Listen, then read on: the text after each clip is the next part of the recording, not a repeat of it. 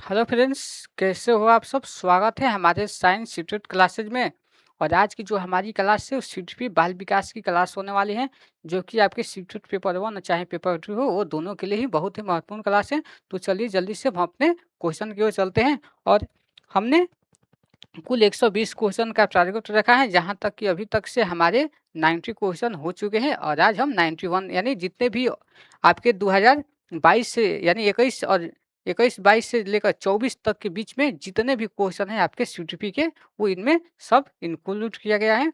तो चलिए, आपको यहाँ पे पहला क्वेश्चन आपको वाइगोत्स्की से पूछा गया है। और वाइगोत्स्की एक ऐसा व्यक्ति है जहाँ से आपके हर बार एग्जाम में पूछा ही पूछा जाता है।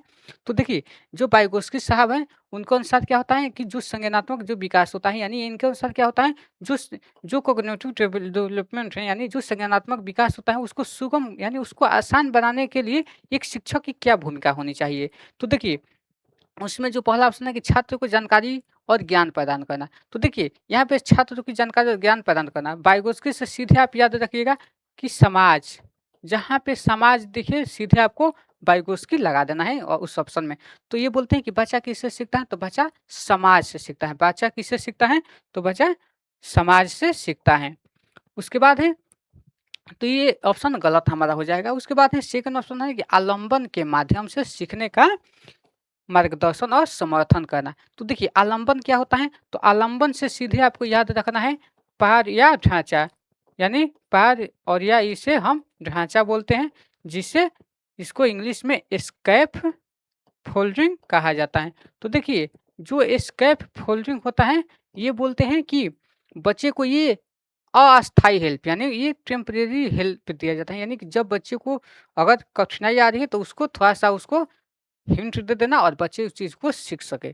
तो यहाँ पे सीधे हैं कि यहाँ पे समाज यानी यहाँ पे टीचर की बातें हो रही है कि जब बच्चा को यानी कौन देते हैं, जैसे उसके माता पिता, यानी जिसे MKO जो दिए हैं, मोर नॉलेजेबल आउटर, यानी ये कौन दिए हैं, जैसे शिक्षक हो जाते हैं, माता पिता हो जाते हैं, तो और समाज हो जाता है। उसके बाद छात्र को पूरी तरह से स्वतंत्र रूप से सीखने की अनुमति देना। कभी ये नहीं बोले हैं, ये जो वाइगोत्स्की साहब बोले हैं, ये कभी नहीं बोले हैं कि छात्र को पूरी तरह से आज़ादी दे दिया जाए। छात्र को बोले कि बच्चा जो भी सीखता है वो सिर्फ़ और सिर्फ़ अपने सोसाइटी से सीखता है, यानी अपने समाज से सीखता है। उसके बाद है, केवल उन्हीं को कार्यों को देना चाहिए जो विद्यार्थी वर्तमान में स्वतंत्र रूप से कार्य कर सके। ये कभी भी स्वतंत्रता की बात नहीं करते हैं कि बच्चा इंडिपेंडेंट नहीं होता है। तो देखिए, उसके बाद है, ये है 92 किशोरावस्था। तो देखिए, किशोरावस्था के बारे में कौन-सा कथन सही नहीं है? आपसे पूछा है कि कौन-सा कथन सही नहीं है, आपको किशोरावस्था के बारे में पूछा गया है। तो जो किशोरावस्था का जो होता है वो 12 से 18 वर्ष का एज होता है, तो इसको आपको क्लियर होना चाहिए। किशोरावस्था को 12 से 18 वर्ष का, जैसे स्टिमुलेट आंधी और तूफान की अवस्था कहा है, यानी कि ये तनाव और तूफान की अवस्था है, जो कि स्वीट में ये एग्जाम में थोड़ा कितने बार पूछा गया है। तो देखिए, किशोरावस्था के बारे में कौन सा सही नहीं है कि यानी यहाँ में किशोरावस्था जो है, यानी जो एडोलेसेंस है, उसके कौन से लक्षण नहीं है। तो जो पहला ऑप्शन है कि किशोरावस्था एक सामाजिक रचना है, यानी ये समाज ने बनाया, ये बिल्कुल सही है। यानी क्या है ये कंस्ट्रक्ट है, यानी ये समाज यानी सोसाइटी ने बनाया है कि क्या है ये, किशोरावस्था एक सामाजिक रचना है। तो ये बात सही है, लेकिन हमें पूछा है कि नहीं। उसके बाद है जो ऑप्शन है हमारा सेकंड की किशोरावस्था को आमतौर पर जौवन को शुरू करने के लिए माना जाता है। हाँ, जब बच्चा 12 से 18 वर्ष की एज में आता है तो ये यौन अवस्था में वो आ जाता है। और यह एक ऐसी प्रक्रिया है यानी जिसमें यौन परिपक्व होती है। इस बात सही है कि इसमें उसके अंदर यौन मैच्योरिटी आती है और उसके अंदर वो क्षमता की ओर ले जाती है। ये भी बातें सही है, लेकिन उसके बाद है तीसरा ऑप्शन है कि किशोरावस्था बचपन और वयस्कता के बीच का विकासात्मक संक्रमण है। यानी जो किशोरावस्था है किसके बीच में है, तो उसके बचपन और वयस्कता के बीच की अवस्था है, ये बात सही है। और ये क्या कहते हैं, उसमें उसके जो फिजिकल हैं, उसमें फिजिकल चेंजेस काफ़ी तेज़ होते हैं। उसके जो यानी कि जो संज्ञानात्मक है, यानी उसके अंदर उसके दिमाग भी तेज़ी से बढ़ते हैं, यानी उसको कॉग्निटिव से यानी उसका जो स्कीमा है उसमें ज्ञान भरना शुरू हो जाता है। और उसके बाद है मनोसामाजिक परिवर्तन होते हैं, ये भी बातें सही है। उसके अंदर मनोसामाजिक वो चीज़ें ज़्यादा तेज़ होती हैं, उत्पन्न होते हैं, तो ये भी सही है, लेकिन हमसे पूछा है नहीं। तो देखिए, जो विभिन्न संस्कृतियों के बच्चे क्या होते हैं, समान तरीका से किशोरावस्था में प्रवेश करते हैं, ये इससे अनुभव करते हैं। यानी तो देखिए, ये जो फोर्थ ऑप्शन है ये हमारा गलत है। और यही हमारा ऑप्शन सही होगा क्योंकि हमें पूछा है कौन सही नहीं है। तो देखिए ये ऑप्शन है जो 4, इसमें बोला है कि जितने किशोरावस्था हैं वो क्या कहते हैं, यानी जितने भी 12 से 18 वर्ष के बीच में जितने भी बच्चे हैं, जितने भी लोग हैं, वो क्या करते हैं, वो एक जैसा ही अनुभव कर रहे हैं। तो ये नहीं, ये एक जैसा नहीं, कोई कोई दूसरा चीज़ का अनुभव कर रहा है, यानी कोई तो अलग कर रहा होगा। ये ज़रूरी नहीं कि सब लोग एक ही समान से, यानी जो एक 12 बरस का कर रहा है और अगला जितने भी 12 बरस और 18 बरस के जितने भी बच्चे हैं, सबके सब एक जैसा ही अनुभव करेंगे। ये बातें नहीं सही है, तो हमारा राइट आंसर 4 हो जाएगा। उसके बाद है देखिए 93, तो 93 में हमसे पूछा गया कि सुजाता नृत्य प्रतियोगिता में केवल इसलिए उत्सुकता से भाग लेते हैं क्योंकि उसे नगद का प्रथम पुरस्कार जीतने में रुचि रखती हैं। तो देखिए एक सुजाता एक लड़की है, वहाँ पे एक डांस कंपटीशन में वो भाग लेना चाहते हैं। उसका सिर्फ भाग लेने का एक ही मकसद है कि मुझे पैसा मिलेगा। क्या मिलेगा? पैसा मिलेगा। तो देखिए उस और उसको सिर्फ पैसे से मतलब है। तो देखिए उसके यहाँ से आपकी अभिप्रेरणा से, यानी उसके अंदर कौन-सी अभिप्रेरणा, यानी उसके अंदर कौन-सा मोटिवेशन है।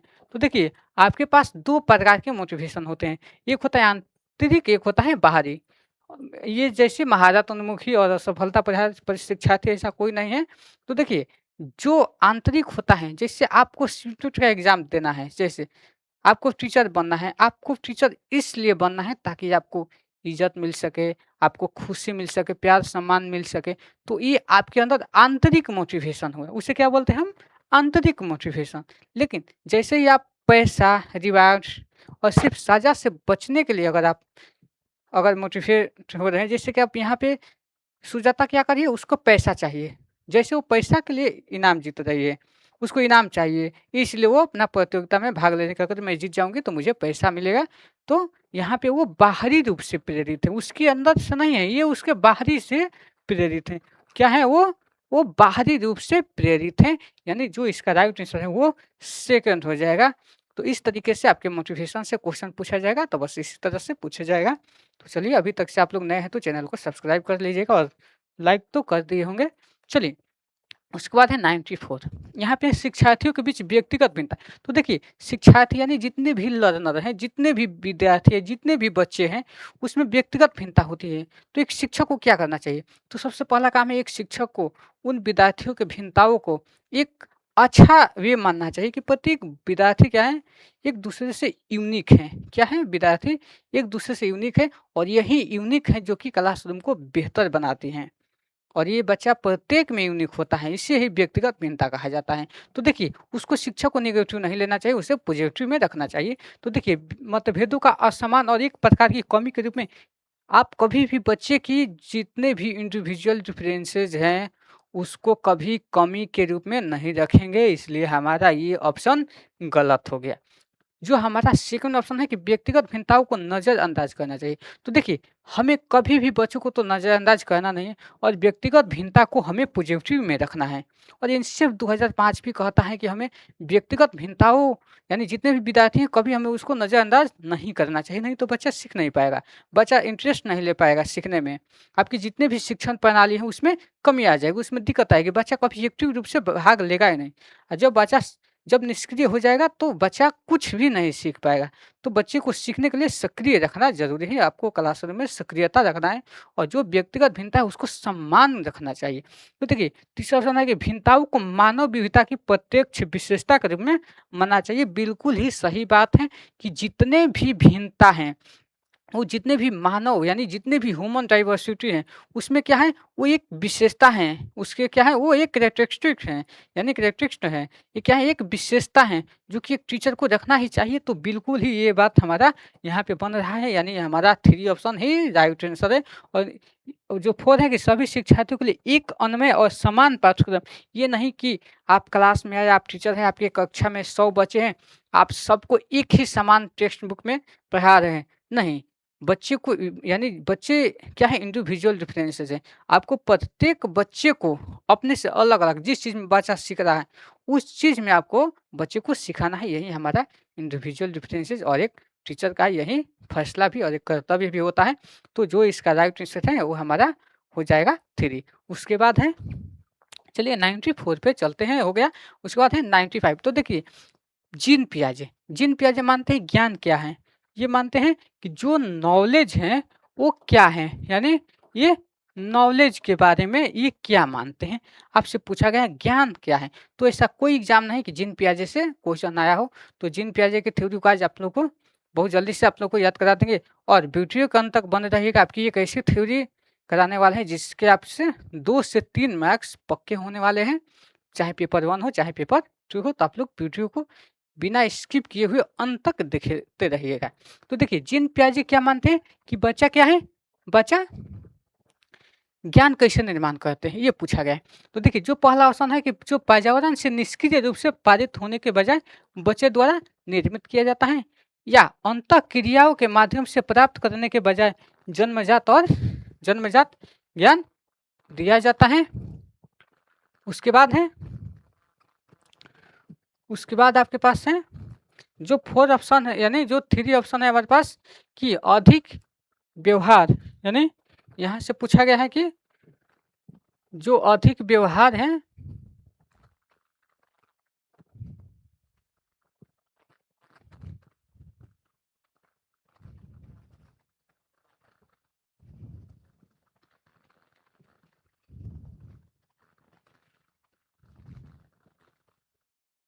चलिए बस थोड़ी सी 1 मिनट आपको एडजस्ट करना है। तो देखिए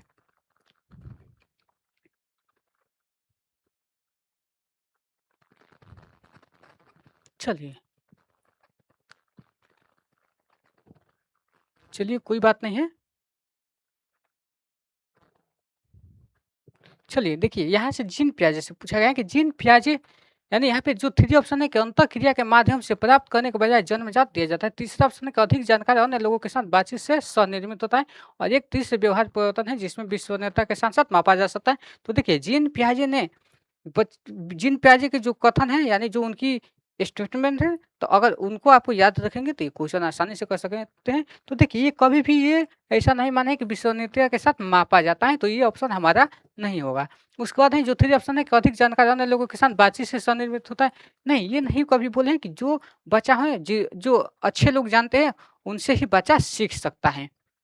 ऐसी कोई बात नहीं की है। अंतःक्रिया के माध्यम से प्राप्त करने के बजाय जन्मजात और दिया हुआ होता है।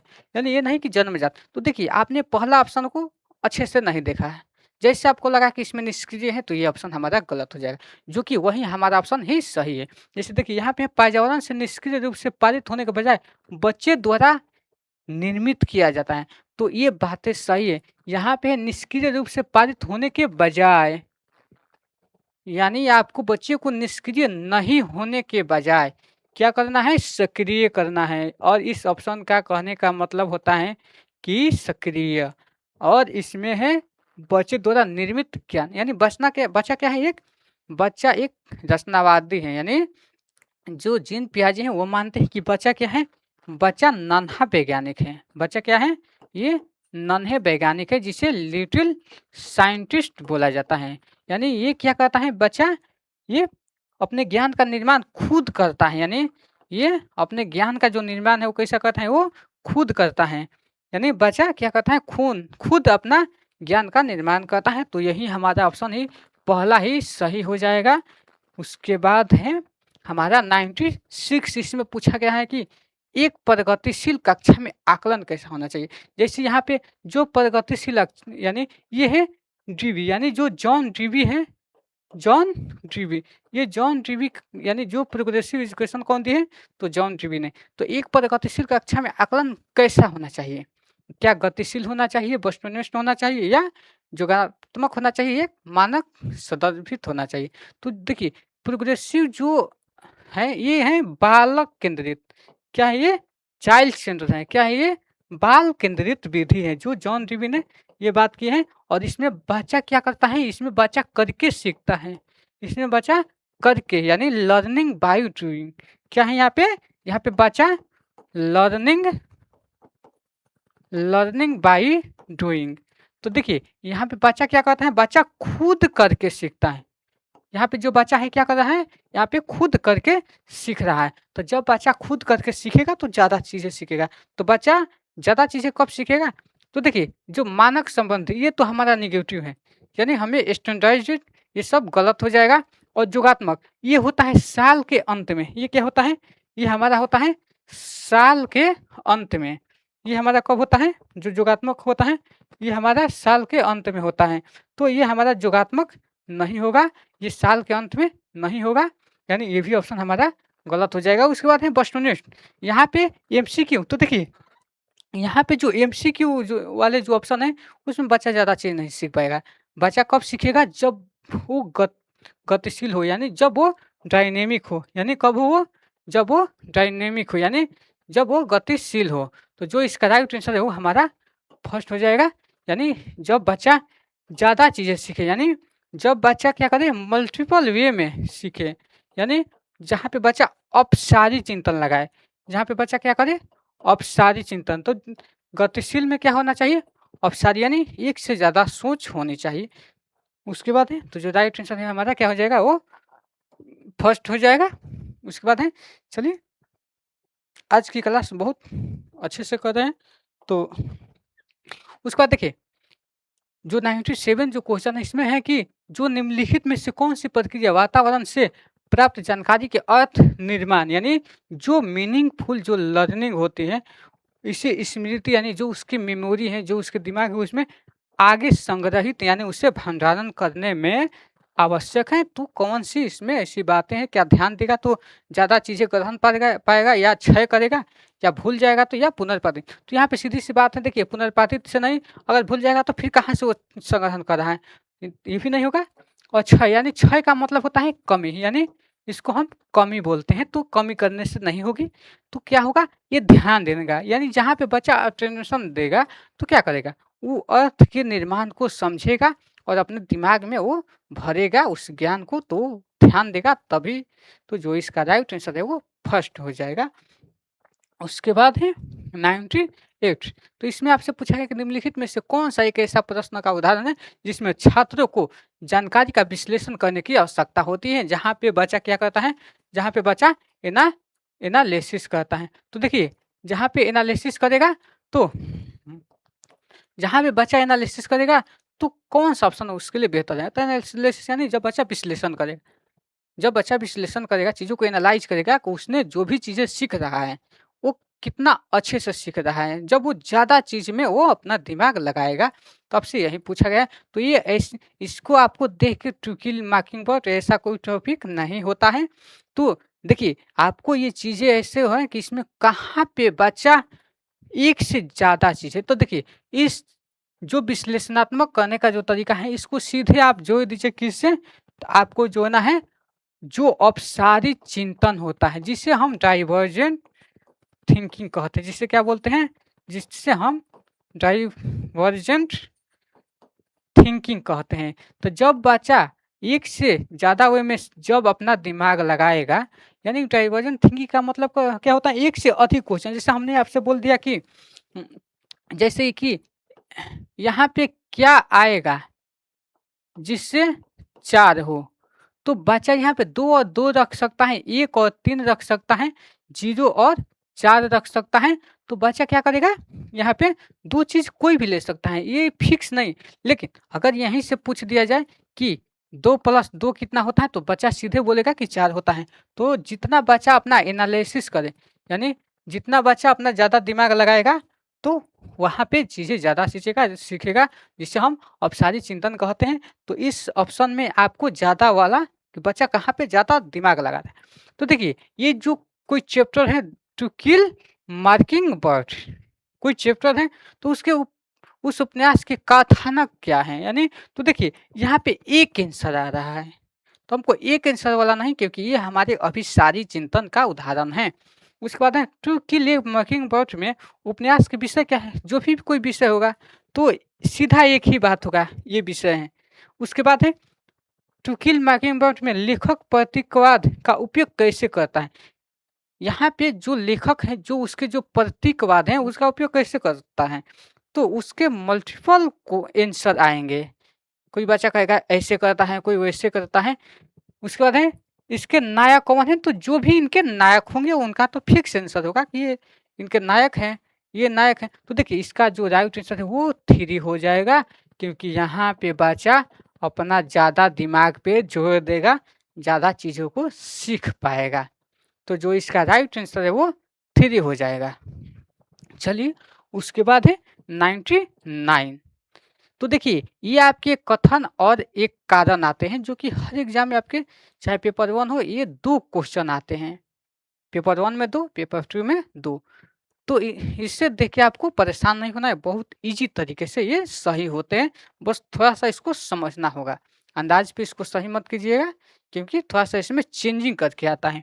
देखिए शिक्षक को, जो शिक्षक हैं उनको निरंतर अपने स्वयं की रूढ़िवादिता और पूर्वाग्रह पे चिंतित करना चाहिए।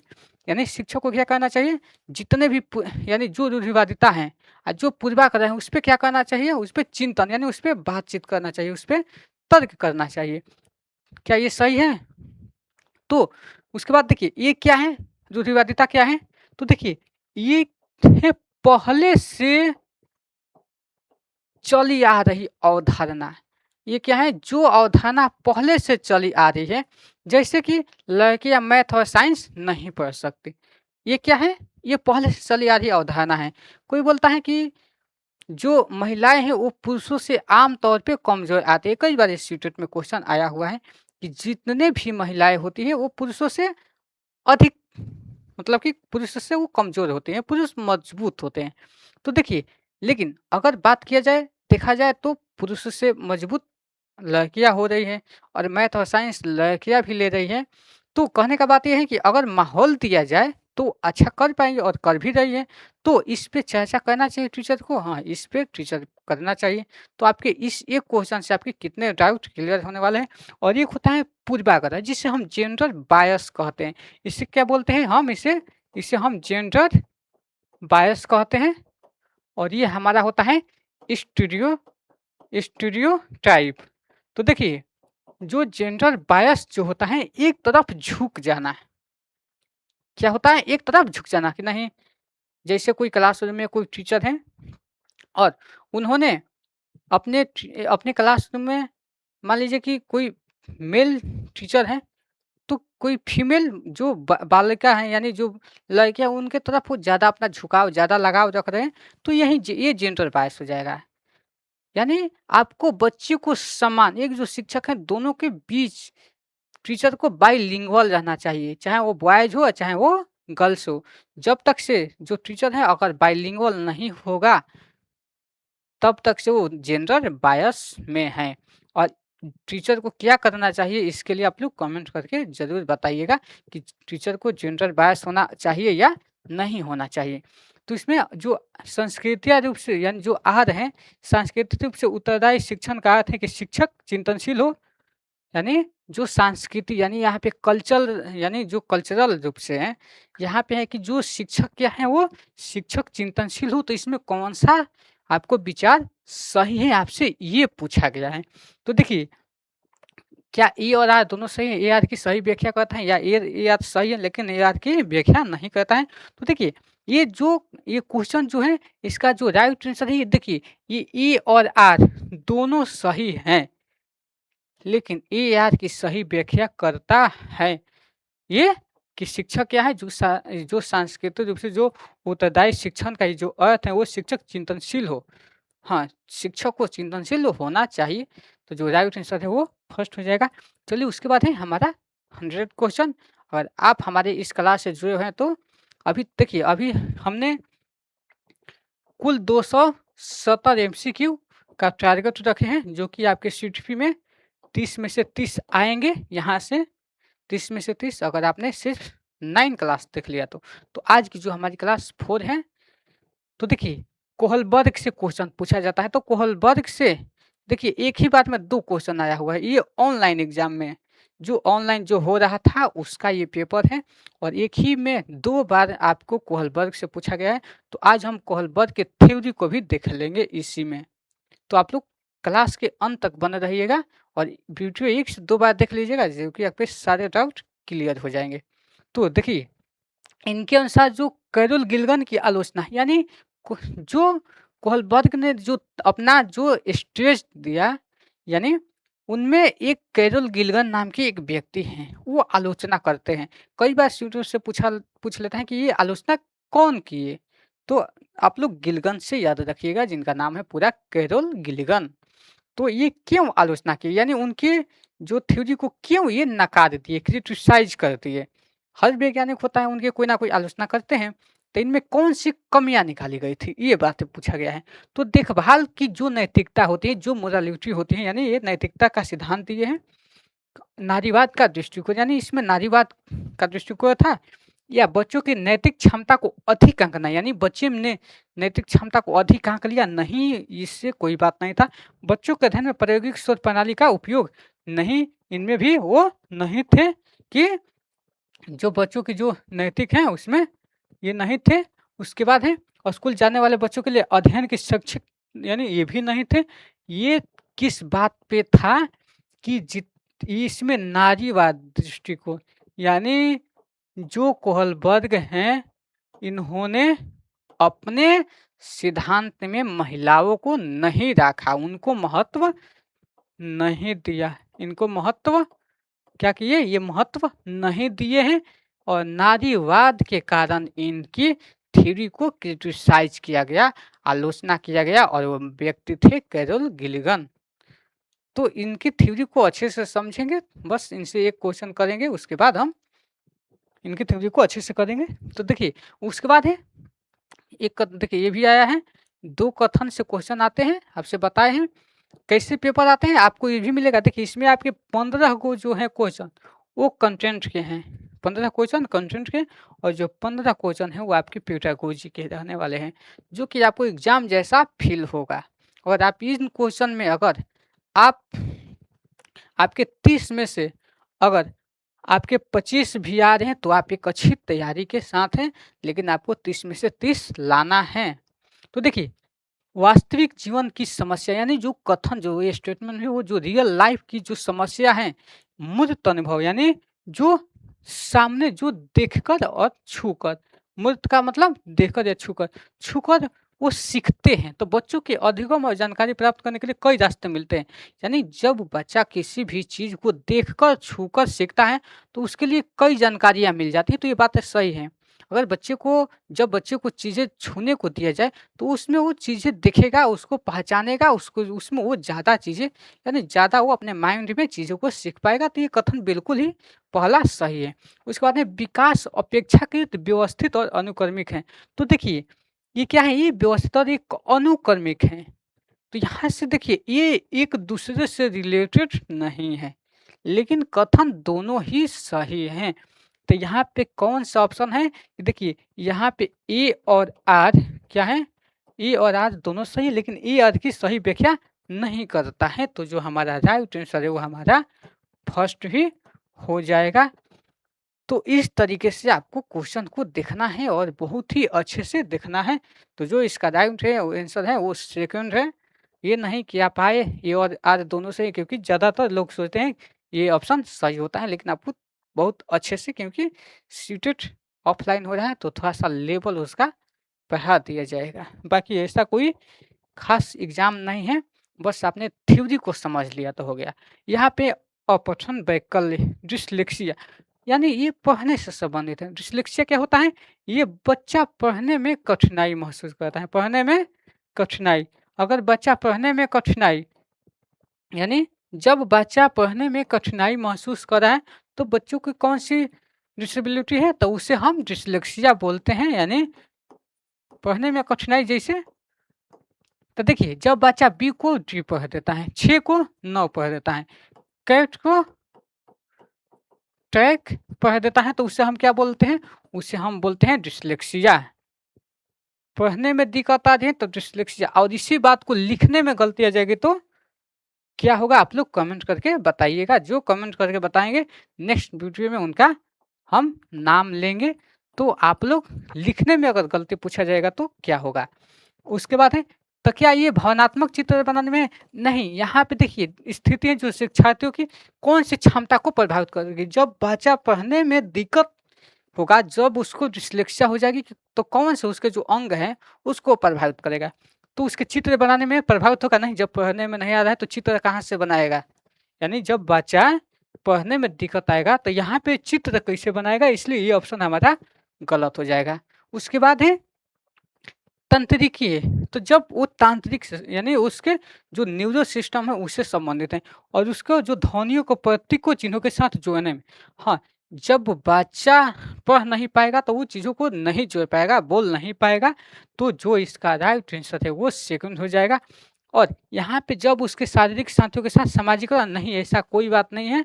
संवेदी और शारीरिक गतिविधियों के समन्वय यानी वो चीज़ें जो नहीं पाएगा, उसके जो सेंसेस हैं, उसके जो फिजिकल एक्टिविटी है उसको कनेक्शन वो नहीं कर पाएगा, कनेक्ट नहीं कर पाएगा, तो हमारा फोर्थ ऑप्शन भी गलत है। तो यहाँ तक आपके क्लियर हो गए। उसके बाद है, चलिए उसके बाद है 103 क्वेश्चन। इसमें है कि एक माध्यमिक स्कूल शिक्षक यानी एक कोई माध्यमिक स्कूल शिक्षक छात्रों को संकल्पना यानी छात्रों को क्या करें, वो कंसेप्ट और वास्तविक दुनिया यानी जो रियल जो दुनिया है, जो रियल लाइफ की जो दुनिया है, उनके अनुप्रयोगों के बीच संबंध में मदद कर रहे हैं। यानी बीच क्या है, संबंध बनाने में वो मदद कर रहे हैं। यानी जो जो कंसेप्ट हैं और जो रियल दुनिया है उसके बीच में कंसेप्ट बनाने के लिए हेल्प कर रहे हैं बच्चों का। तो यानी उसको सार्थक सीखने को सक्षम बनाना चाहता है। शिक्षक क्या कर रहे हैं कि ताकि वो चीज़ों को सीख पाए, उसको सक्षम बना रहे हैं, उसके काबिल बना रहे हैं। तो कौन-सी गतिविधियाँ एक उपयुक्त उपयुक्त शैक्षणिक रणनीति यानी उस टीचर को एक पढ़ाने का एक कैसा रणनीति यानी एक कैसा टारगेट रखना चाहिए जिससे बच्चा जो बच्चे का कंसेप्ट भी क्लियर हो जाए और बच्चा रियल लाइफ जो उसके रियल दुनिया है उसको भी वो सीख जाए। तो देखिए, छात्रों को नियम और परिभाषा याद करें। खूब बच्चे को जब नियम और परिभाषा याद करेंगे तो बच्चा रियल लाइफ से जुड़ नहीं पाएगा, तो ये ऑप्शन गलत हो जाएगा। उसके बाद है जो सेकंड ऑप्शन है कि विद्यार्थियों से बहुविकल्पीय प्रश्न वाली कार्य पत्रक पूरी करने को। खूब आप बच्चों को बहुविकल्पी के मतलब क्या होता है, एमसीक्यू। एमसीक्यू में बच्चा दिमाग कहाँ से लगाएगा? आपने बोला भारत की राजधानी कहाँ है, तो जो ऑप्शन में जो सही है वही आंसर बच्चा ठीक लगाएगा। तो ये इसको कन्वर्जन थिंकिंग बोलते हैं। तो बच्चा को यहाँ पे कन्वर्जन थिंकिंग नहीं बनाना है, बच्चे को डाइवर्जन थिंकर बनाना है कि जहाँ से एक से ज़्यादा क्वेश्चन सवाल बच्चा करे, एक से ज़्यादा चीज़ें सीख पाए। तो ये भी ऑप्शन हमारा गलत हो जाएगा।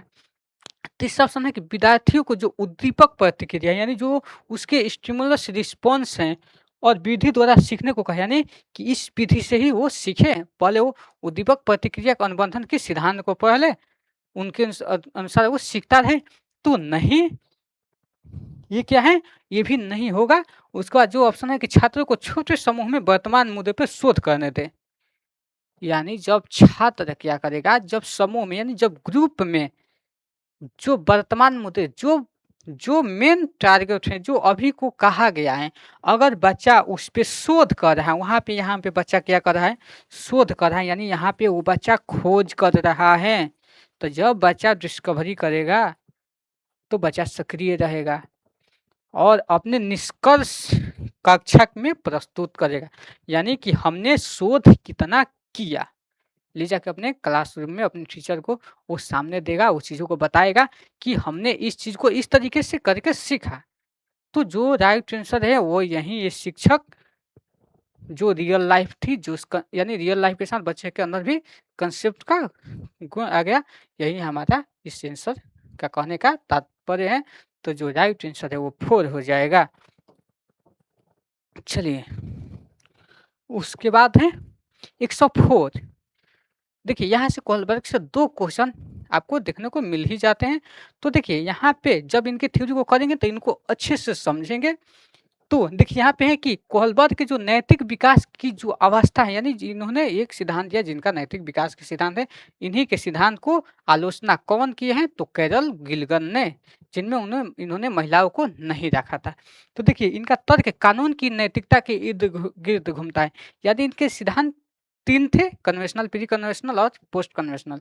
इनमें कौन सा ऐसा सिद्धांत था कि जिसमें ये बच्चा कानून को मानता है, क्या है, मानता है। यहाँ पे कानून को बच्चा क्या कर रहा है, यहाँ पे जब बच्चा कानून को यानी जो नैतिक विकास का जो सिद्धांत है यहाँ पे कानून को मान रहा है, तो क्या ये पूर्व पारंपरिक, तो देखिए इसमें जो पूर्व पारंपरिक यानी जो पहला ही तो स्टेज है प्री कन्वेंशनल, तो इसमें बच्चा को कुछ नहीं, बच्चा सिर्फ इसमें होमवर्क से बचने के लिए काम करता है कि भाई हमको सजा ना मिले, इसलिए बच्चे ने होमवर्क कर लिया। लेकिन जब जैसे ही आप आइएगा एक जो पारंपरिक नैतिकता जैसे दूसरा स्टेज में आइएगा, तो इसमें बच्चा कानून को मानना शुरू कर देता है। इसमें बच्चा क्या कर रहे हैं, कानून को मानना शुरू कर देता है। यानी जब बच्चा कानून को जब मानना शुरू कर देता है तो वो कानून के इर्द-गिर्द घूमता है। लेकिन जब इसके बाद वाला जो पोस्ट कन्वेंशनल है, वो कानून को भी तोड़ देता है कि अगर किसी की जान बचानी है तो कानून का भाए में, कानून को नहीं मानेंगे, जान बचाई जा सकती है तो बचाई जा सकते हैं। तो ऐसे बच्चे क्या बनते हैं, चंद्रशेखर आज़ाद बनते हैं, भगत सिंह बनते हैं। जैसे विक्रम पात्रा वाला क्वेश्चन आता है। तो चलिए यहाँ तक 104 तक हमने अपना टारगेट कर किया।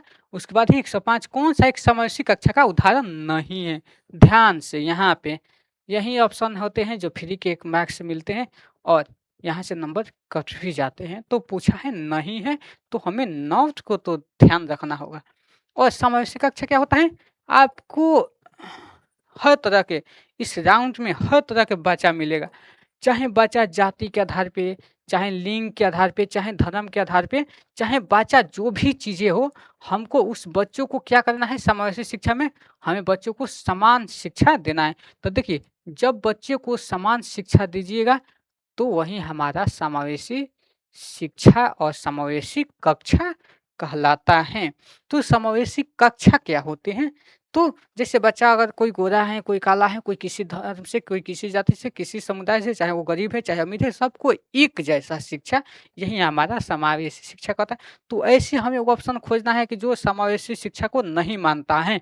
तो देखिए, विविध दृष्टिकोण का सम्मिश्रण, जैसे बच्चे हैं सबको दृष्टिकोण रखना, ये तो मान रहा है, तो हमें नहीं खोजना है, तो ये हमारा ऑप्शन ये गलत हो जाएगा।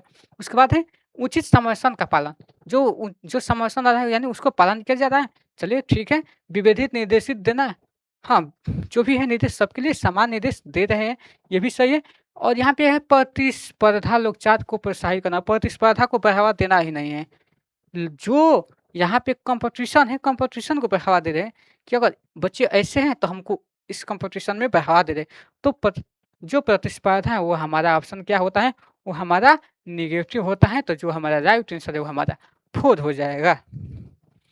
चलिए, उसके बाद है जो रचनात्मक जो मूल्यांकन के लिए कार्य की प्रगति को दर्शाते, तो यहाँ पे पोर्टफोलियो क्या है, एक प्रभावी प्रणाली है। क्योंकि देखिए, तो जो पोर्टफोलियो क्या होता है, बच्चे का एक रिकॉर्ड रखने का, जिससे बच्चे को रिकॉर्ड रखा जाता है, बच्चे ने कितना अचीव किया उसका एक डाटा हो जाता है, उसी को पोर्टफोलियो कहते हैं। तो रचनात्मक आकलन के लिए वो यानी जो रचनात्मक जो मूल्यांकन है, यानी जो फॉर्मेटिव असेसमेंट है, उसके लिए क्या दर्शाते हैं पोर्टफोलियो?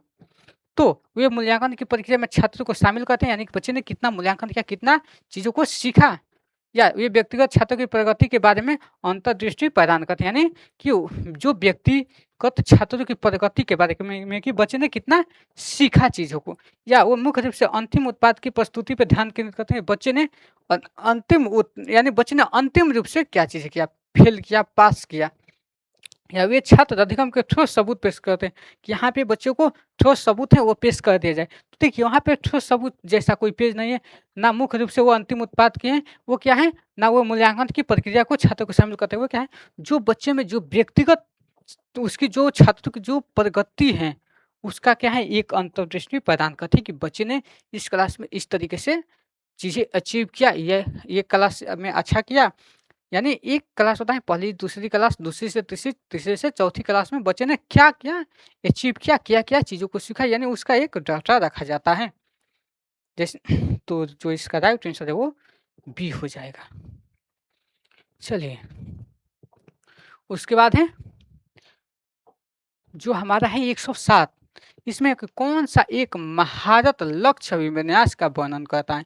यानी महारत लक्ष्य अभिविन्यास का वर्णन करता है, तो दूसरे के साथ प्रतिस्पर्धा। तो देखिए, जब महारत लक्ष्य कब अभिविन्यास, यानी जो बच्चा जब चीज़ों को सीख पाएगा तरह-तरह के वे में, तो बच्चा ना महारत करेगा। तो प्रतिस्पर्धा क्या, जहाँ ही प्रतिस्पर्धा, जहाँ पे कॉम्पिटिशन को तो देना ही नहीं है। किसी कार्य के लिए अपनी कौशल और समझ के सुधारने पर ध्यान देना, यानी किसी कार्य के लिए जो उसकी कौशल है उसको समझ को सुधार पे, यानी उसको सुधार किया जाए।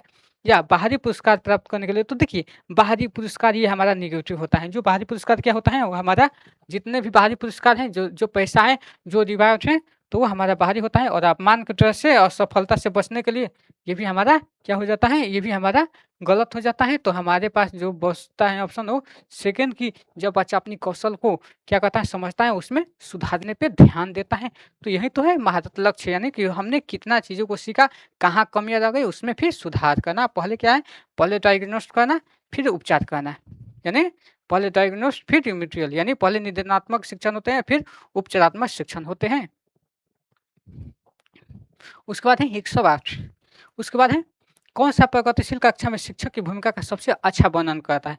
यानी यहाँ से पूछा गया है कि जो प्रगतिशील शिक्षा, यानी जो प्रोग्रेसिव एजुकेशन है, तो देखिए जो प्रोग्रेसिव एजुकेशन है, तो प्रोग्रेसिव एजुकेशन कौन दी है, तो हमारा जो प्रोग्रेसिव एजुकेशन है वो जॉन डीवी ने दी है। कौन दी है, ये जॉन डीवी। तो आपको याद रखना है जॉन डीवी। तो ये बोलते हैं कि बच्चा क्या करता है, करके सीखता है। तो इनकी थ्योरी याद रखेंगे कि बच्चा करके सीखता है, यानी बच्चा करके, यानी लर्निंग बाई डूइंग। तो जब बच्चा करके जब सीखेगा तो वो ज़्यादा चीज़ें सीख पाएगा। तो इनमें से आपको पॉजिटिव तो ऑप्शन खोजना है। तो शिक्षक जो है कक्षा में ज्ञान और प्राधिकरण का प्राथमिक स्रोत है। यानी जो पहला ऑप्शन है कि जो शिक्षक ही है क्या है, वो ही ज्ञान का एकमात्र स्रोत है। तो ये तो बाल केंद्रित हो गया, ये तो हमारा शिक्षक केंद्रित हो गया। लेकिन आज की शिक्षा नीति कैसे है, बाल केंद्रित शिक्षा है। यानी जो प्रगतिशील है क्या है, ये प्रोग्रेसिव जो एजुकेशन है वो हमारा चाइल्ड सेंटर्ड है। तो जो पहला ऑप्शन है वो गलत हो जाएगा।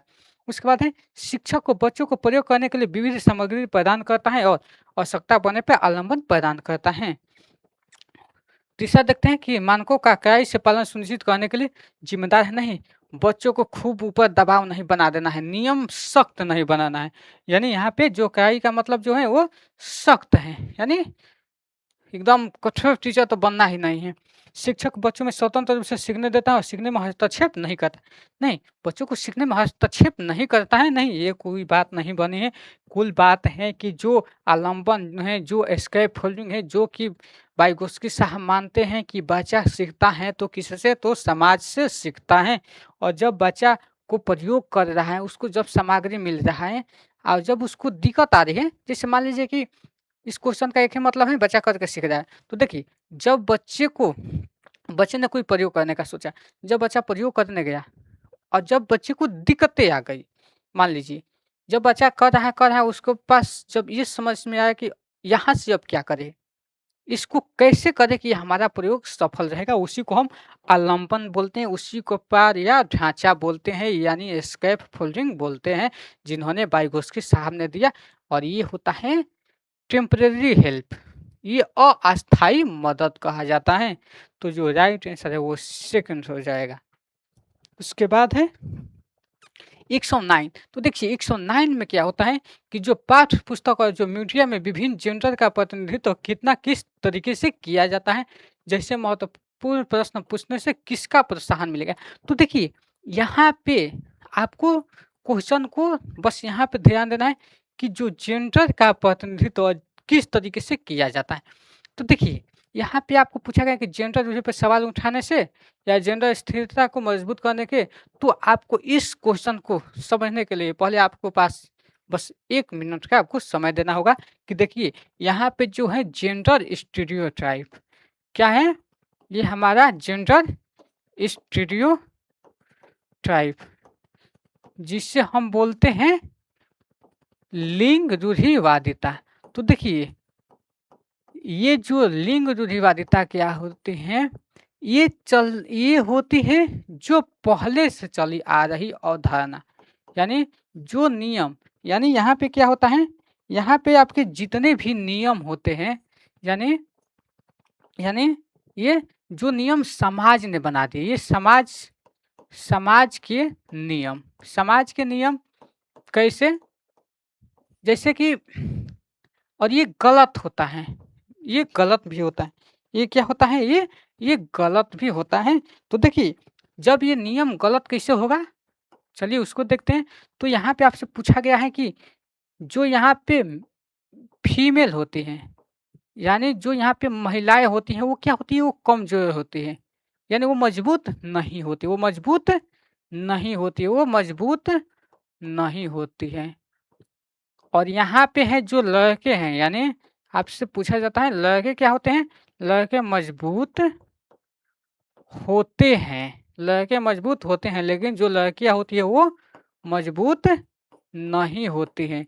यही होता है जेंडर स्टीरियोटाइप, जहाँ से क्वेश्चन भर-भर के आते हैं। यहाँ पे एक और सवाल पूछा जाता है कि जो लड़कियाँ हैं, वो मैथ यानी जो गणित और जो विज्ञान है, वो नहीं पढ़ सकती हैं। तो ये जेंडर स्टीरियोटाइप है। यहाँ पे है कि लड़के जो होते हैं, यानी यहाँ से जो लड़के होते हैं वो रोते नहीं हैं, यानी लड़के रोते नहीं हैं। तो ये भी यानी लड़के भी रोते हैं, लेकिन ये क्या है? ये स्टीरियोटाइप है। और उसके बाद है एक आता है हमारा जेंडर बायस। तो जो हमारा जेंडर बायस होता है, इसको आप लोग कॉपी पेन से लिखते रहिएगा, क्योंकि इस चीज़ को आपको खोजने में बहुत सारा टाइम वेस्ट होगा और एक-एक चीज़ से आपके एक-एक मार्क्स पक्के होने वाले हैं। कौन क्वेश्चन आपके एग्जाम में कब देखने को मिल जाए। तो देखिए, जो बायस होता है, बायस क्या होता है? ये होता है, सीधा से याद रखिएगा, एक तरफा झुकाव, बस बात खत्म। जब शिक्षक एक तरफ झुक जाते हैं, जब शिक्षक एक तरफ झुकते हैं, तो उसी को हम जेंडर बायस कहते हैं। जैसे अगर कोई, जैसे आपके क्लास में बच्चे 100 बच्चे हैं, अगर आपने लड़ लड़कियाँ और लड़के उसमें हैं, तो अगर आपने लड़कियों को गीत गाने में ज़्यादा समय दे रहे हैं, एक टीचर हैं जो लड़कियों से ही ज़्यादा गीत गवा रहे हैं, लड़के से नहीं, तो वो जेंडर बायस हो जाता है। वो क्या होता है? वो जेंडर बायस होता है। एक टीचर है जो लड़कों को सिर्फ़ क्रिकेट ही खिला रहे, लड़कियों को नहीं खिला रहे, तो भी जेंडर बायस होता है। तो इसलिए इसको याद रखना है। और टीचर को क्या होना चाहिए? इधर आपके बॉयज़ हैं, इधर गर्ल्स हैं, और दोनों के बीच में रहना चाहिए। एक टीचर को बाइलिंगुअल रहना चाहिए। यही हमारा जेंडर बायस का उदाहरण है। तो यही तो पूछ रहा है कि क्या करना चाहिए? तो क्या उस पे सवाल उठाएँगे कि इसको देखिए, पहले इसको मजबूत तो करना है नहीं, इसको ख़त्म करना है। पहचान को मजबूत नहीं करना है, इसको नम्यता यानी कमी को इसको हतोत्साहित नहीं, इस पे सवाल उठाना चाहिए। क्या है?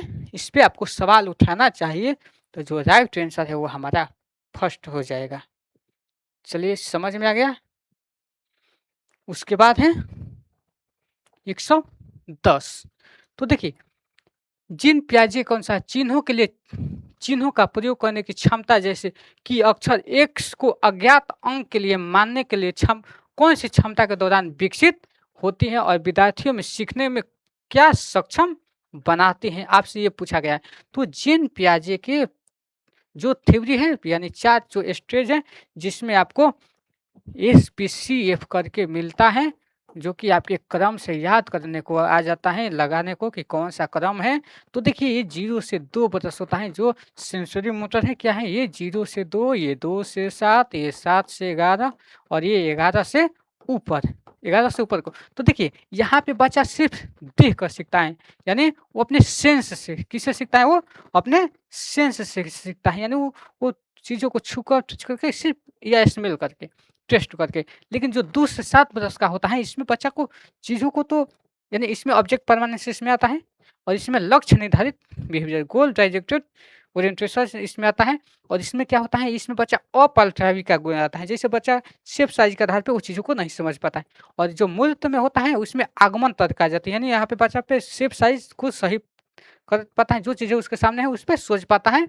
और जो फॉर्मल है, ये क्या होता है? ये आपके, ये जो चीज़ें सामने नहीं है, जिसे क्वेश्चन में पूछा गया है कि एक्स अज्ञात, एक्स को रखा ही नहीं गया है, एक्स तो बच्चे के सामने है ही नहीं, अज्ञात हैं, तो कौन से फॉर्मल हैं? तो ये मूर्त हैं, ये गलत हो जाएगा। आ गया 2 गो में औपचारिक। तो यहाँ पे सीधी सी बात है कि औपचारिक में देखिए, यहाँ पे संरक्षण नहीं आता है, जब बच्चा सीसीएस यानी जब कंक्रीट में आता है, तब बच्चा शेप और साइज़ यानी जो संरक्षण है और जो क्रमबद्धता है कि 1 के बाद 2, 2 के बाद 3 यानी एक क्रम को सजाना सीख जाता है। लेकिन जो इसमें आता है वो बीजगणित और गणना, जो चीज़ें नहीं है उसको भी मान लेता है। यही है जिसमें आगमन यानी जिसमें निगमन तर्कना आती है, तो जो इसका राइट आंसर है वो हमारा 3 हो जाएगा। उसके बाद है 111। 111 में आपसे पूछा है कोई अलोक है, निम्नलिखित व्यवहार दिखाता है, यानी एक व्यवहार दिखाता है। कोई बच्चा है, आपकी भी क्लास में से बच्चे मिलेंगे, पढ़ते समय सिर को अजीब स्थिति में पकड़ता है, यानी जब बच्चा पढ़ा तो अपने सिर को वो इधर से उधर पकड़ रहा है, आँख को बार-बार वो मूंद रहा है, रगड़ रहा है, जिससे उसकी आँखें लाल हो जाती हैं। तो अक्सर और फूल भी सूजन भी आ जाते हैं, फूल भी जाते हैं और पहचान में भ्रम है तो उस पहचाने में नहीं आता है उसको। तो उसके अंदर कौन से लक्षण हैं? आपकी क्लास में एक ऐसे ही बच्चा आ गया आलोक, जो बार-बार आँख को अपना मचल रहा है, आँखें सूज जा रही हैं, आँखें लाल हो जा रही हैं, मूंद रहा है। तो देखिए, वो दृष्टि यानी दिखने से संबंध है तो बिल्कुल ही बच्चा को चीज़ें नहीं दिखाई दे रही हैं। जब बच्चा को दिखाई नहीं दे रही तो अपने आँखों को बार-बार मचलेगा ही मचलेगा और भाषा की समझना पे वो आँख क्यों मचलेगा?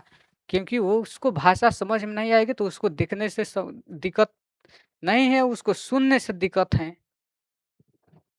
शालीनता विकार नहीं है, ना उसको बात करने में दिक्कत है, ना उसको कम्युनिकेशन करने में दिक्कत है। तो जो राइट आंसर है वो हमारा फर्स्ट। चलिए, उसके बाद है 112। 112 में एक समवर्षीय कक्षा में सीखने के लक्षण शैक्षणिक रणनीतियों के साथ आकलन में अनुकूलन किया जाता है। यानी जो क्वेश्चन है आपसे पूछा गया है कि जो एक समावेशी कक्षा जो कि हमने चर्चा कर लिया है, इनक्लूसिव एजुकेशन पर ज़्यादा समय नहीं देंगे। इसमें लक्ष्य शैक्षणिक रणनीतियों के साथ-साथ कितना आकलन, कितना वो चीज़ों को असेसमेंट किया और कितना एडेप्ट किया, यानी कितना उस चीज़ों को अपने पास रखा और सीखा, ये पूछ रहा है। उसके बाद आ रहे हैं कि हाँ, तो ये तो सही होना चाहिए। यही तो समवर्षीय कक्षा का नियम है। समेशन का दर्शन शैक्षणिक दृष्टिकोण और मूल्यांकन के माध्यम से सभी व्यक्तियों मतभेदों को समाप्त करने की वकालत करता है। ये तो गलत है। ये नहीं कि आपको इसमें वकालत करता है, यानी आर हमारा गलत है, कहाँ है? तो देखिए यहाँ पे ए सही है लेकिन आर गलत है। तो जो राइट आंसर है वो ए हमारा, यानी ये हमारा ए हो जाएगा, ये बी हो जाएगा, ये सी हो जाएगा और ये हमारा डी हो जाएगा। तो जो राइट आंसर है वो सी की ये सही है लेकिन आज गलत है। चलिए, उसके बाद है वाइगोत्स्की साहब। तो देखिए वाइगोत्स्की साहब से क्वेश्चन पूछे जाते हैं। ये तो बहुत ही महत्वपूर्ण टॉपिक है, इनके बिना तो कोई सीटेट का एग्जाम ही नहीं, चाहे ये हो, चाहे पियाजे हो, चाहे कोहलबर्ग हो। तो वाइगोत्स्की ने समाज के साथ बच्चे के किससे सीखते हैं? तो बच्चा समाज से सीखता है। तो इनके अनुसार बच्चे किसके साथ अंतःक्रिया करके अनुभव से लाभान्वित होते हैं और उन कार्यों को कर पाते हैं जिनके उनके समीप दूराभिमुख विकास के क्षेत्र, यानी जिसे जेड-प्यूटी कहा जाता है। जिसे क्या कहा जाता है? तो सीधे याद रखिएगा, जेड-प्यूटी रखिएगा, समाज के साथ सीखते हैं। तो आपको इसको अब ऑप्शन को देखना है कि देखिए ये जेड-प्यूटी के अंदर होता है या बस बाहर होता है, या अंदर होता है या बस बाहर होता है। और इधर है क्या लीव वाइगोत्स्की के अनुसार बच्चे अधिक जानकार के साथ अंतःक्रिया करके। तो देखिए यहाँ पे भौतिक वातावरण जैसी कोई बात नहीं है। यहाँ पे जो भौतिक वातावरण है इस पे जैसी कोई बात नहीं है कि जो बच्चे होते हैं क्या कहते हैं? बच्चे यहाँ पे बच्चे यहाँ पे यानी यहाँ पे बच्चे जो हैं क्या कहते हैं? वो जो बहुत यानी अधिक जानकार। तो देखिए ये अंदर की बात नहीं है, जेड प्यूटी ये बाहर की बात होती है। तो जो ये क्या हो जाता है, ये हमारा राइट आंसर सेकंड हो जाता है। ये जो हमारा स्केप फोल्डिंग थे वो एक टेम्परेरी हेल्प था, लेकिन जेड प्यूटी हमारा ये बाहर का हेल्प है। तो जो राइट आंसर है वो सेकंड हो जाएगा। उसके बाद है 114 कि निम्नलिखित प्रश्नों को उत्तर देने के लिए सही सबसे उचित विकल्प चुनिए। अब आपके पास आ गया क्वेश्चन डिस्ग्राफिया। सीधा सा रखिए, ये लिखने से, ये राइटिंग से। जब बच्चा 6 को 9 लिख रहा है, बच्चा क्या करेगा 6 को 9 लिख देगा, बी को ट्री लिख देगा, कैट को ट्रैक लिख देगा, तो उसे डिस्ग्राफिया देखिए, बात तो वही है, डिस्ग्राफिया, डिस्लेक्सिया से क्वेश्चन आते हैं, बस आपको थोड़ा-सा उसमें अंतर कर देता है, यही सीटेट का रूल होता है। आपके जो नीचे वाले ऑप्शन है वो नहीं दिखाई दे रहे होंगे, तो उसको सही कर देते हैं। तो देखिए यहाँ पे एक भाषण विकास है। यहाँ पे क्या बोल दिया है कि ये एक भाषण विकार है। ये कि भाषण मतलब क्या होता है? बोलने से होता है। तो यहाँ पे बात हो रही है बच्चे को लिखने में कठिनाई ना आ रही है। बच्चे को दिक्कत कहाँ आ रही है? तो लिखने में। तो ये बोलने से तो बोलने को तो सीधे उसको हम लोग हटा देंगे। दूसरा ऑप्शन है कि ये गतियुक्त विकार है जिसकी विशेषता स्थूल पेशीय बाधित है। स्थूल पेशीय क्या होता है? एक होता है सूक्ष्म पेशीय, एक होता है स्थूल पेशीय, जिसे ग्रोस मोटर और एक फाइन मोटर। तो यहाँ पे ग्रोस मोटर स्किल है, यहाँ पे यानी स्थूल के मतलब क्या होता है? जहाँ पे बच्चा ज़्यादा मांसपेशियों का यूज कर रहा है, जहाँ पे बच्चा रनिंग कर रहा है, जहाँ पे बच्चा स्विमिंग कर रहा है, जहाँ पे बच्चा कूद रहा है, वो क्या है? वो हमारे ग्रोस मोटर स्किल का उदाहरण है। उसके बाद है, तो ऐसी कोई इसमें बात नहीं है, बच्चा को इसलिए बच्चा तो लिखने में तो फाइन मोटर स्किल का करेगा। यानी जो हमारा फाइन मोटर स्किल है, जो सूक्ष्म है, वो लिखने में काम आता है, कटिंग करने में या चपाती तोड़ने में, यानी ब्रेकिंग करने में, चपाती को ब्रेक करेगा तो उसमें फाइन मोटर स्किल का आएगा। जब कटिंग करेगा तो उसमें फाइन मोटर स्किल का, जब कोई सिलता है तो जिसमें वो सुई से, तो वो क्या होगा? वो फाइन मोटर स्किल का उदाहरण होगा। तो देखिए ये गलत हो जाएगा। जो 3 ऑप्शन है कि ये एक तंत्रिकीय विकार है जिसमें विशेषतः अक्षर अक्षरों को बनाने में कठिनाई आती है। क्या बच्चे अगर अक्षर और जो आकार है, जैसे मान लीजिए कोई भी अक्षर है, जैसे बच्चे को आप बी लिखने को दे दिए हैं, तो बच्चा इसमें कठिनाई आ रही है, तो यही तो कुल खोजना था हमको कि बच्चा को कठिनाई आ रही है अक्षर और कोई भी आकार बनाने में, तो लिखने में उसको ना दिक्कत आ रही है। उसके बाद है, ये है एक मनोवैज्ञानिक विकार है जिसका ध्यान का अभाव और अवगतशील व्यवहार है। तो ये कुल बातें एडीएचडी वाले बच्चे को होता है। तो आप लोग एडीएचडी का आप लोग कमेंट कर कीजिएगा उसका फुल, कि एडीएचडी का फुल क्या है? फुल फॉर्म उसका क्या होता है? जो कि सीटेट में पूछ लेता है। तो जो एडीएचडी से जो ग्रसित जो बच्चा होता है, वो ध्यान एक जगह केंद्रित नहीं कर पाता है। चलिए वो भी आप जानिए गए। चलिए उसके बाद है, चलिए 115, बस अपने टारगेट के पास पहुँचने वाले हैं। आपके अंदर एक जुनून आ गया होगा। तो देखिए, एक प्रतिभान बच्चों को शिक्षित करने के उपागम जो उन्हें असामान्य रूप से तीव्र गति से पथचर्या के माध्यम से आगे बढ़ाता है। यानी कोई एक प्रतिभान यानी प्रतिभाशाली बच्चे हैं जिनका आईक्यू 140 प्लस होता है। उसको आगे बढ़ाता है, उसको क्या कहलाता है? उसे विभेदी निर्देशन कहता है, संवर्धन कहता है, त्वरण यानी गतिवर्धन कहता है, या विसर्जन कहलाता है। तो जल्दी से वो 115 का आप लोग क्वेश्चन इसका, चलिए ये तो क्लास रिकॉर्डिंग चल रही है, तो चलिए ये क्या होता है? ये विभेदी इंटरेक्शन नहीं है कोई, ना ही संवर्धन, ये है त्वरण गतिवर्धन। जब बच्चे के अंदर जो त्वरण यानी जब गति आएगी, जब, तो वो ऐसे बच्चे तो प्रतिभाशाली बच्चे कहलाते हैं। चलिए उसके बाद है 116 कि शिक्षक जो समावेशी कक्षा को दिशा में काम करे, उन्हें क्या करना चाहिए? यानी ऐसे शिक्षक जो समावेशी शिक्षा को मान रहे हैं, तो उनको कौन से काम करना चाहिए? किस दिशा में? मान लीजिए आपको भी, आप टीचर बनेंगे तो आपको तो समावेशी शिक्षक बनना ही है। बच्चों को आपको तरह-तरह के बच्चे आपकी क्लास में आएँगे। आपकी क्लास में 200-400 बच्चे आएँगे। अगर आप प्राइमरी में जा रहे हैं या मिडिल में जा रहे हैं, तो आपके स्कूल में तो बहुत सारे बच्चे देखने को मिलेंगे, चाहे कोई गरीब, चाहे कोई अमीर, चाहे कोई जाति, कोई धर्म। तो आपको क्या करना चाहिए? पथचारा में अनुकूलन कर देना चाहिए सारे बच्चों को, पथचारा में अनुकूलन कर दीजिएगा, या विविध दृष्टिकोण को शामिल करेंगे, यानी जितने भी आपके पढ़ाने के जो अप्रोच हैं, जो भी आपके अंदर हैं, उसको सब उसमें शामिल करेंगे, या अपने स्वयं के अंतर्निहित पूर्वाग्रहों की जाँच करेंगे, यानी जो आपके अंदर जितने भी पूर्वाग्रह हैं, जो जनरल बायस है, क्या है? पूर्वाग्रह की जाँच करेंगे और विविधता को एक बाधा के रूप में देखेंगे। जैसे समरसन है, मान लीजिए किसी में जो समवर्षीय कक्षा में मान लीजिए कि कोई बच्चा हिंदी आ गया, हिंदी मीडियम का, कोई इंग्लिश मीडियम का आ गया, कोई बच्चा उर्दू से आ गया, कोई बच्चा यहाँ पे उर्दू से आ गया, तो क्या कीजिएगा? तो उसको एक बाधा के रूप में नहीं रखना है, वो एक साधन है, क्योंकि जो बच्चा हिंदी वाला है और जो हिंदी वाला है और जो इंग्लिश वाला है, एक दूसरे से वो रिलेशन बना के चीज़ों को सीख पाएंगे जल्दी।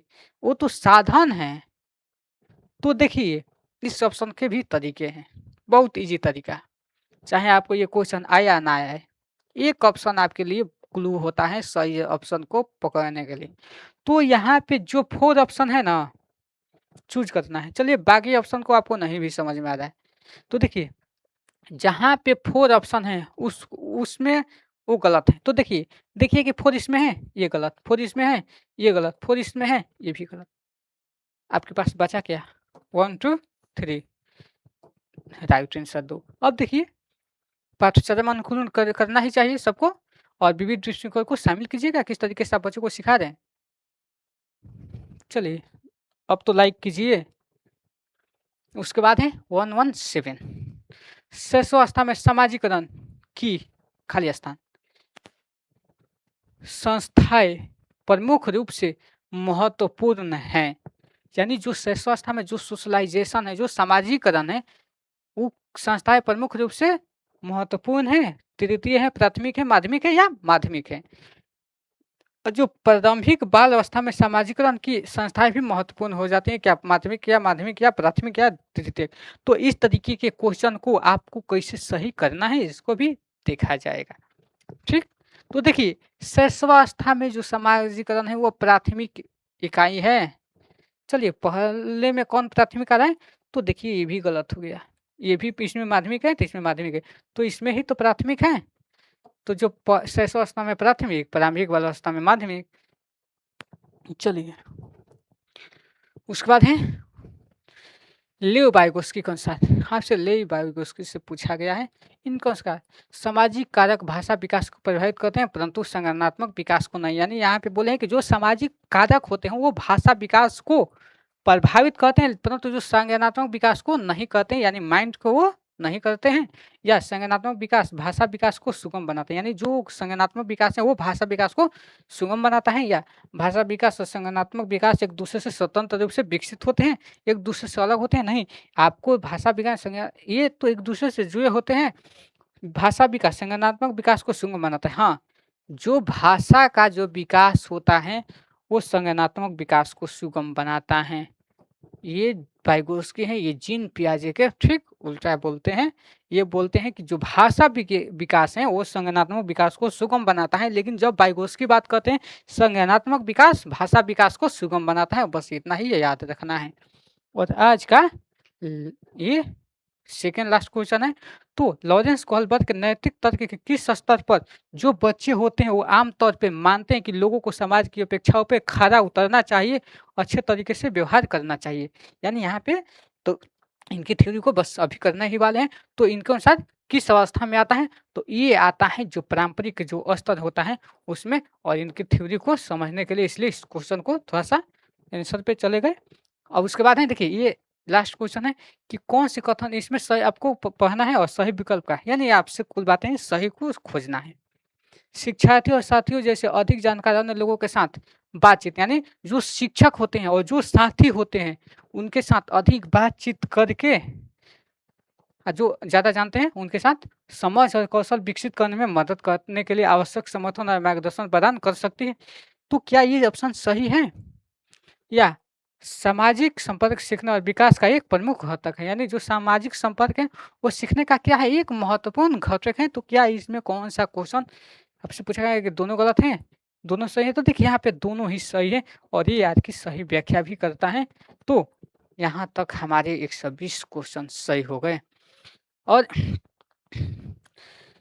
चलिए, ये 2 क्वेश्चन हम आपके लिए लाए हैं जिसको आपको अधिगम के लिए आकलन का मुख्य लक्षण क्या है, इसको आप लोग आंसर दीजिएगा।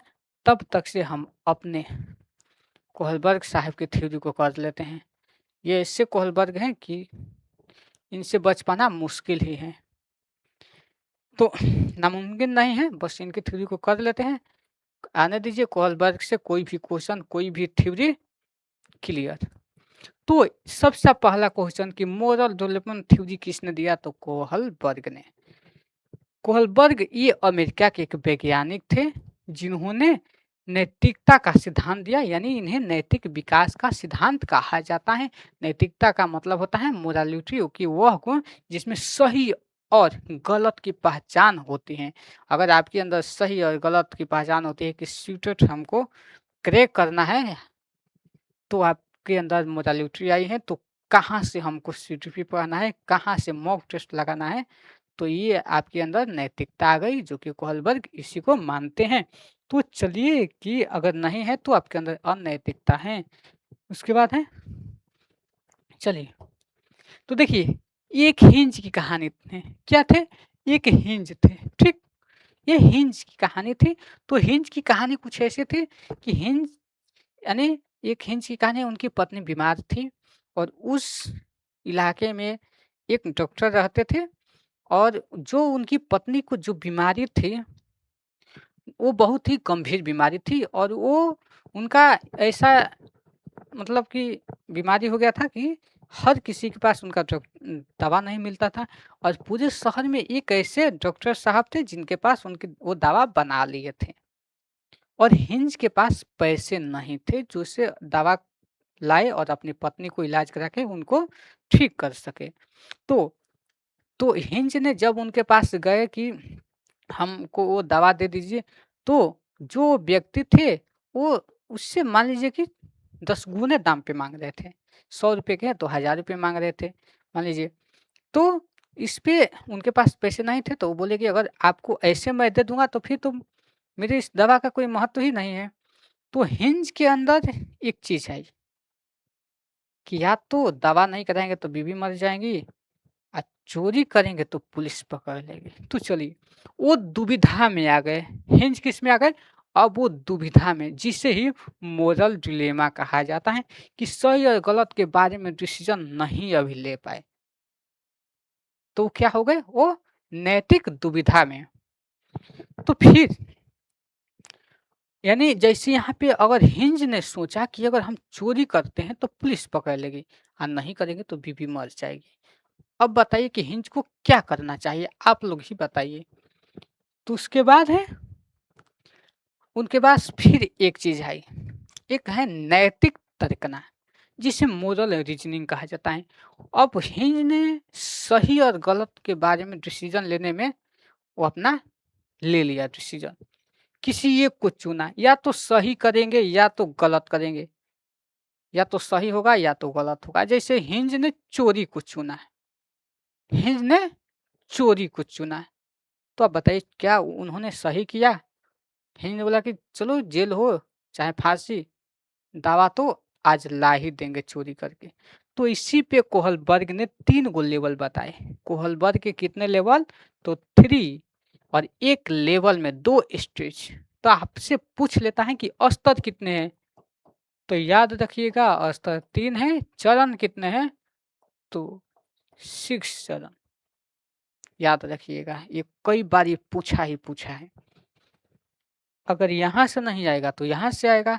अब देखिए, उसने 3 थ्योरी दिए, 3 को, जो उनके जो लेवल हैं, एक लेवल है जिसको प्राक रूढ़िगत नैतिकता का स्तर कहा जाता है, जिसको आपको ऐसे नहीं याद रखना है, आपको प्री कन्वेंशनल स्टेज से याद रखना है। तो जो प्री कन्वेंशनल जो स्टेज होता है, वो 4 से 10 बरस का होता है। यानी इस स्टेज में जो बच्चा 4 से 10 बरस का होता है, उसे प्री कन्वेंशनल स्टेज कहा जाता है। और इस अवस्था में बच्चे क्या होते हैं, वो सही और गलत के बारे में उसको ज्ञान नहीं होता है। यानी वो क्या कहते हैं, वो नैतिक तर्क ना दूसरे लोगों के साथ होती है। यानी वो अपना सही क्या है, गलत क्या है, उसको वो नहीं मानते हैं। तो उससे ही, यानी 4 से 10 साल का बच्चा, ये सिर्फ़ कोहलबर्ग के थ्योरी के अनुसार है। तो इन्होंने इसको भी 2 भागों में बाँटा है। यानी ये बोलते हैं कि जो प्री कन्वेंशनल है, 2 भागों में, और जहाँ से क्वेश्चन डायरेक्ट पूछे जाते हैं। जो पहला होता है दंड एवं आज्ञा पालन उन्मुखता, जिसमें पनिशमेंट ऑब्डियंस कहा जाता है। और इसमें बच्चा क्या करता है, सज़ा से बचता है, कि जैसे अगर मैं होमवर्क नहीं किया तो मुझे सज़ा मिलेगी। तो बच्चे ने सज़ा से बचने के लिए वर्क कर लिया, होमवर्क में। जैसे हिंज ने यहाँ पे क्या किया कि सज़ा और आज्ञा को पालन पे आधारित होते हैं। जब हिंज ने चोरी की, जब चोरी की तो आप लोग सोचेंगे कि अगर चोरी करेगा तो उसे सज़ा मिलेगी ही। उसके बाद है जो सेकंड है, इसे हम साधनात्मक सापेक्षता तथा उन्मुखता कहते हैं, जिसे इंस्ट्रूमेंटल यहाँ पे रिलेटिव इंडिविजुअलिज्म, इस अवस्था को जैसे का तैसा, ट्रीट फॉर टैट, क्या कहा जाता है इसको? ट्रीट फॉर टैट, यानी इसको हम बोलते हैं जैसे का तैसे अवस्था, यानी जैसे के तैसे की जो अवस्था होती है ट्रीट फॉर टैट, यानी यहाँ पे जो होता है ट्रीट फॉर टैट की अवस्था, यानी जैसे को तैसे कहता है। जैसे यहाँ पे बच्चा ने क्या किया, अगर कोई इसका पेंसिल तोड़ दिया होगा, कोई इसका साथी, तो उसने भी दूसरे को पेंसिल तोड़ दी। लो तुमने मेरी पेंसिल तोड़ दी, मैंने भी तुम्हारी पेंसिल तोड़ दी। तो कौन से स्टेज में है? तो ये जो कोहलबर्ग के, ये अभी प्री कन्वेंशनल स्टेज में है, 4 से 10 वर्ष की अवस्था में है। बस यही क्वेश्चन आपसे पूछा जाएगा। चलिए, अब यहाँ से प्री कन्वेंशनल खत्म हो गया, उसके बाद हमारा सेकंड आता है कन्वेंशनल। देखिए, पहले प्री कन्वेंशनल, फिर कन्वेंशनल, तब पोस्ट कन्वेंशनल। याद रखिए, कन्वेंशनल से प्री यानी पहले, एक होता है पोस्ट, जब आप पोस्ट कर देते हो। तो यहाँ पे होता है 10 से 13 वर्ष की अवस्था को कहा जाता है, और इसमें बच्चे दूसरे के मानकों को अपने अंदर समावेशित कर लेता है, जो दूसरे के अंदर है और उसी के अनुसार वो चलता है। यानी इस अपने अनुसार नहीं, ये दूसरे को अनुसार, यानी अपने समाज की चीज़ों को मानने लगता है। जो कि यहाँ पे क्वेश्चन आया था कि बच्चा कानून को मानता है, तो इसी कन्वेंशनल लेवल में है। तो समाज को मान है या नियम कानून सब मान रहा है। तो चलिए इसको पहला स्टेज को देखते हैं, जहाँ से वहाँ पे अच्छा भी बनता है ना, अच्छा लड़का भी बनना शुरू कर देता है कि समाज हमको, जैसे बच्चे को बहुत शाबाश, बहुत अच्छे करे हो, यानी बच्चा सिर्फ अच्छाई के लिए बच्चे को शाबाश दे दीजिए, बच्चे को अच्छे बोल दीजिए, बच्चे ने आपके साथ, हाँ हाँ, और बच्चा दिखाने के लिए भी अच्छा करता है, उसी को कहते हैं good boy and good girls. तो इसमें क्या होता है, दूसरे के साथ भला बनकर अनुमोदित अर्जित करता है। और ये वो लोग होते हैं कि जहाँ पे सब लोग क्या करते हैं कि समाज में आते हैं अच्छा बनने के चक्कर में, दूसरों का काम भी ज़्यादा करते हैं। तो ये होता है अच्छा लड़का, ये समाज के अनुसार। और एक होता है दूसरा, जो होता है ना, वो होता है कानून एवं व्यवस्था उन्मुखता। ये होता है लॉ और ऑर्डर को मानता है। जैसे कि कोई बच्चा है, अगर मान लीजिए कि जैसे ट्रैफिक में उनके पिता हैं, बच्चे साथ में हैं, तो उनके पिता ने सिग्नल को देखा, लेकिन सिग्नल को वो ध्यान ना देके वो पार किए, तो उनका एक्सीडेंट हो गया। तो बच्चे को ये मान गए कि अगर जो जब भी रेड लाइट एरिया को जब पार करते हैं तो हमारे साथ ऐसा होगा, तो वो बच्चा कभी भी नहीं ऐसा काम करेगा। यानी बच्चा अभी पूरी तरह समाज में है। ठीक? उसके बाद हमारा चलता है आखिरी, जिसे पोस्ट कन्वेंशनल कहा जाता है। ये होता है आपके 13 वर्ष से ऊपर का जो अवस्था होता है, इसमें भी 2 होता है। तो इसमें होता है बच्चा डिसीजन खुद के लिए जाते हैं, ना कि समाज के ज़रिए क्या सही है, क्या गलत। अब बच्चे के अंदर वो मोरालिटी आती है, कहता है कि नियम किसके लिए है? लोगों की जान बचाने के लिए है। अगर नियम तोड़ने से किसी की जान बचाई जा सकती है, तो नियम तोड़ सकते हैं।